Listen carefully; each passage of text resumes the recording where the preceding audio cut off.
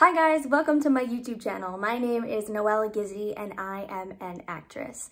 I like to come on YouTube and share some of my experiences with you. So whether you are an aspiring actor or interested in the entertainment industry, or you're my Uncle Michael, I'm sure my channel will have something for you. Today we are going to be going through a day in the life of a background actor. Now if you're unfamiliar with background work, a background actor is anyone you see in a scene who is not either a leading or principal character. So essentially, everybody in the background. The purpose of a background actor is to fill in the environment of a scene and make it feel lived in and realistic. You may also hear background referred to as extras or BG, background. So your experience as a background actor will actually begin before the day of a shoot. You have to get hired for a job first. There are a number of different ways to book background work, but on this particular day that we're using as an example, I booked a job through EverySet, formerly known as Castify. The production was looking for actors 18 plus years old to look younger for a high school dance scene. Bonus points if you owned your own formal wear. This casting call was actually sent to me by an actor pal, Bob Cuniff, who I met at the Northeast Film Festival run by Larry Rosen. Bob had sent me an email with this casting call telling me he thought I was likely to get hired for it, and because it was filming in New Jersey and not New York, I was also likely to get bumped up and receive a SAG union waiver. He was right! Thanks, Bob. Once you are hired, because we are still living in a pandemic, you will need to get a PCR test a day or two before the shoot and also submit proof of vaccination. If you want to be a working actor, you gotta be vaccinated. Eventually, you will receive a call sheet which will detail everything you need to know, such as the call time, the address you are supposed to arrive at, and possibly wardrobe notes, but that could also very easily be its own separate communication. Depends on the production. Okay, today is the day. Hopefully you got a good night's rest. Oftentimes for background work, you'll be expected to do your own hair and makeup. But don't be surprised if once you get there, they decide to doll you up themselves. Once you think you're camera ready, it's time to travel to the location you've been provided with. Make sure to bring everything that you've been asked to bring. Here is what I put in my background bag on this particular day. Wardrobe options, including formal wear and cocktail wear. Shoe options, a strapless bra, jewelry, makeup and hair supplies, my Kindle Fire, water, an apple, and some cookies. I loaded into my trusty Hyundai Sonata and headed off to Jersey City. You want to be early, always, so I gave myself an extra hour and 15 minutes longer than this journey was supposed to take. I'd never been to Jersey City before, so this was especially important, even though my grandparents grew up there. The drive took longer than expected. The exit ramp from the highway into Jersey City was a mess. I sat there for at least 15 minutes. I found the location with about 30 minutes to spare, but then parking proved to be an issue. Parking in Jersey City, not the easiest task. So the problem I encountered wasn't necessarily finding spots, but rather finding an appropriate spot. A lot of every spot I found on the street said 2-hour parking, and I thought it would be very unlikely I'd be able to leave set or holding to go move my car. So I ended up finding the nearest 24-hour parking garage and dropping my car off there. However, I then had to walk back to the holding location, which was about a 20-minute walk. And I started out by heading the wrong way. I was freaking out as I trudged along, heavy bag and GPS in tow. Somehow, I had given myself what I thought was going to be too much time, and yet I was barely going to make it. So I was having major anxiety problems. I thought about trying to stop and get an Uber, but it was only a 6-minute drive and I didn't think anybody would want to pick me up for that. And I didn't want to risk stopping and trying and waiting and then not having enough time to finish the walk. So I kept on trucking.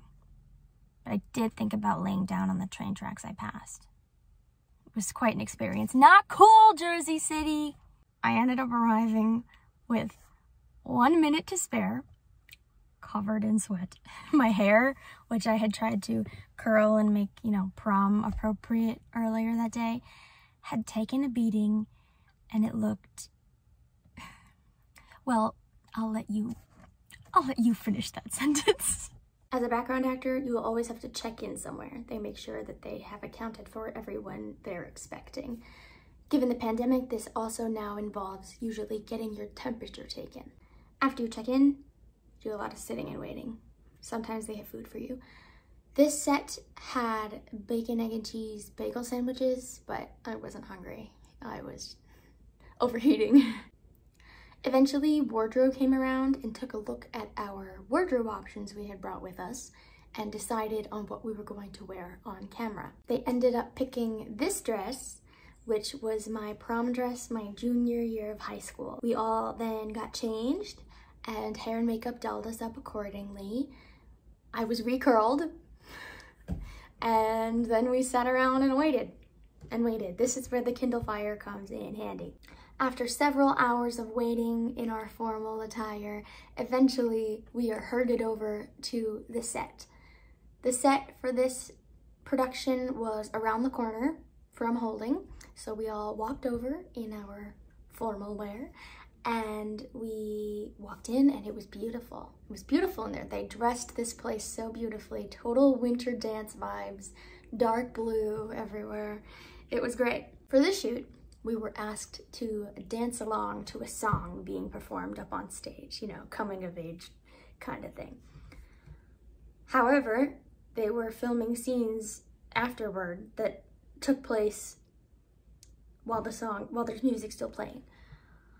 But they can't have music playing while they're filming that because they need the audio for the scene, the dialogue, that's the important part. So they would play a chunk of the song at the beginning, like 2 measures, and we would start dancing, and then they'd cut it out, and we'd keep dancing, and they'd call action and film the scene. So we would dance there in silence. It's about as awkward as it sounds. Sometimes on set, the unexpected happens. In this instance, it came in the form of the smoke alarms. They were using atmospheric smoke for this dance scene, for the drama, the effect, but they used a bit too much and it triggered the fire alarms. So we all were evacuated from the building, stood outside on the sidewalk in our formal wear at 1 a.m. and waited for the Jersey City Fire Department. It took about 40 minutes to clear the building, and then we had to jump right back into it. They really made me work for my $14 smoke bump. A smoke bump is given to an actor who is union or is being treated as union for the day that works on a set that involves smoke. This is probably a good time to explain what I meant earlier about getting bumped up and SAG waivers. So you can work on a SAG production, SAG is Screen Actors Guild, and get paid as a SAG actor even if you are non-union, if they decide to bump you up for the day and give you a SAG voucher. This means they pay you the union rate even though you're not union. They can do this for a handful of reasons. Oftentimes it has to do with you having special skill or looking a certain way, like if you look like a certain celebrity or something like that. Something where they need a unique thing that they can't find with other talent. In this case, I think they did it because they were looking for adults who were able to look younger. I knew I was getting bumped up for this set, for this production before I even got to set. Collect 3 waivers and you can become SAG eligible and join the union. There is a danger of joining too soon. If you don't have enough legitimate credits and you only have background work, then once you've joined the union, you're in competition with everybody else who's in the union. You're in competition with Meryl Streep and Ryan Gosling and the people who have, you know, big things to their name. So there's a little bit, you gotta be a little careful, but that's a topic for another video. A meal on a film set is called lunch. It doesn't matter what time it is, it's lunch. The meal they give you is called lunch. Ours was at 10 p.m. They got us Chipotle, and for once in my life, guac was an extra. They actually gave us an hour to eat, which is pretty long for a film set. Since I was getting paid as a union actor for the day, the rate I received was as follows. $182 for 8 hours of work. And then after that, we go into overtime. Plus, I got my $14 smoke bump and $45 for getting the COVID test. I was paired up with my new buddy Max for these scenes. And as they were wrapping background actors, a PA approached us and 2 others and asked us to stay later to film a short little scene they only needed a few people for. The other 2 said no.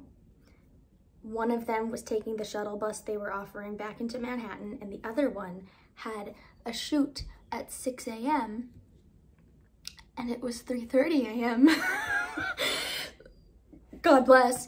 But Max and I said yes. We figured, hey, it's already 3:30, we're already tired and getting home at a crazy hour. Might as well get a little guaranteed screen time. Plus, we were getting paid union, and the longer we stayed, the more money we got. We were making $45 an hour for the last hour and a half. So that's pretty good. So the scene that we filmed when we stayed late was Max and I buying tickets from 2 teacher characters. And they shot over our shoulder onto them and over their shoulder onto us. So hopefully you get to see our face. We were also in the front of the crowd during all the dancing stuff, so. Okay, that's a wrap. It's now 4:30 a.m. and your feet feel like they've been bound from how you've been standing in your heels all night. But it was totally worth it because you got a SAG waiver and that sweet, sweet overtime. Max drives you to your car so you don't have to take an Uber at 4:30 in the morning in Jersey City. And then it starts to rain. It started really raining as soon as I got in my car. I ended up driving home, and I got home at 5:40 a.m. You know, the time I normally wake up for my day job. I spent all of the next day sleeping. When I finally woke up at 4 p.m., I took a nice bath and soaked in some Epsom salt to soothe my aching body. A few days later, I received some digital time cards that I had to sign off on, and that's that. Now we wait for the film to come out. So there you have it, a day in the life of a background actor. I hope you found this video enjoyable and maybe even informative. I'll see you next time. That's a wrap.